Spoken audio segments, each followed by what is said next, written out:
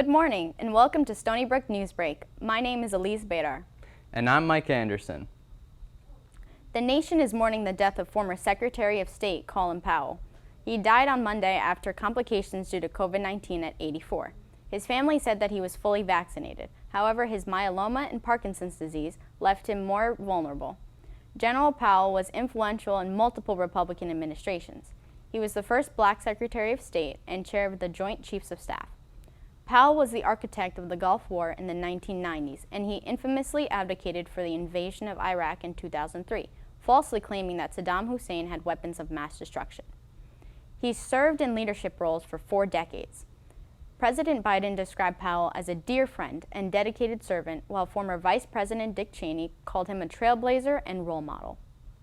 North Korea this week launched a new submarine-house ballistic missile in violation of United Nations sanctions, banning it from testing ballistic and nuclear weapons. South Korea's Joint Chief of Staff said the missile launched in the port of Sinpo on Tuesday and landed in the Sea of Japan, putting Japan and South Korea in the missile's range of 1,900 kilometers. The missile launch coincides with a renewed arms race occurring in the Korean peninsula, with South Korea showcasing new weapons and fighter jets this week. North Korean leader Kim Jong-un said he doesn't want war and that the expansion of the nuclear weapons program is for self-defense. Jones Beach was painted pink by around 45,000 cancer survivors and supporters as they walked 5 miles for the annual Making Strides Against Breast Cancer Walk. The annual event is hosted by the American Cancer Society and had been held as a drive-through event last year due to the pandemic. Event organizers estimated there was nearly $2 million raised for research, education, and patient services this year.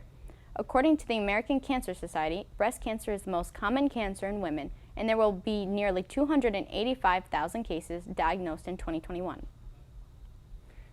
William Shatner follows in the footsteps of his character Captain Kirk by boldly going to the stars.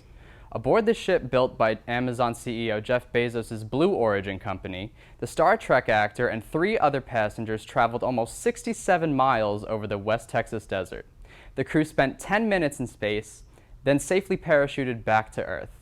Shatner officially became the oldest person to go to space at 90 years old. That's all for today's edition of Stony Brook Newsbreak. I'm Mike Anderson. And I'm Elise Bedar. Have a good weekend, Seawolves.